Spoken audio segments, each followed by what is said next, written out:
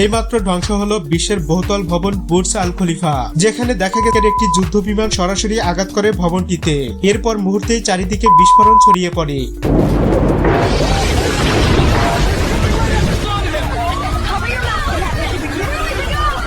সম্প্রতি সামাজিক যোগাযোগ মাধ্যমে এমনই একটি ভিডিও রীতিমতো ভাইরাল। এর পিছনে আসল রহস্য কি, এটা এখনো অজানা অনেকেরই। বলছি সব বিস্তারিত।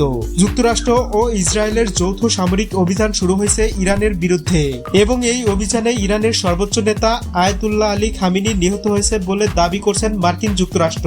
অন্যদিকে যুদ্ধ পরিস্থিতি এখন মধ্যপ্রাচ্যের দেশগুলোতেও ছড়িয়ে পড়েছে। ইরান পাল্টা ক্ষেপণাস্ত্র ও ড্রোন হামলা চালাচ্ছে ইসরায়েল ও আমেরিকার সামরিক বাহিনীর উপর। সামনে যুদ্ধ পরিস্থিতি আরো ভয়াবহ রূপ নিতে পারে বলে ধারণা সংশ্লিষ্টদের। এদিকে সাধারণ কন্টেন্ট ক্রিয়েটররা এমন পরিস্থিতিকে কেন্দ্র করে বিভিন্ন এআই ভিডিও বানিয়ে রিউমার ছড়াচ্ছে।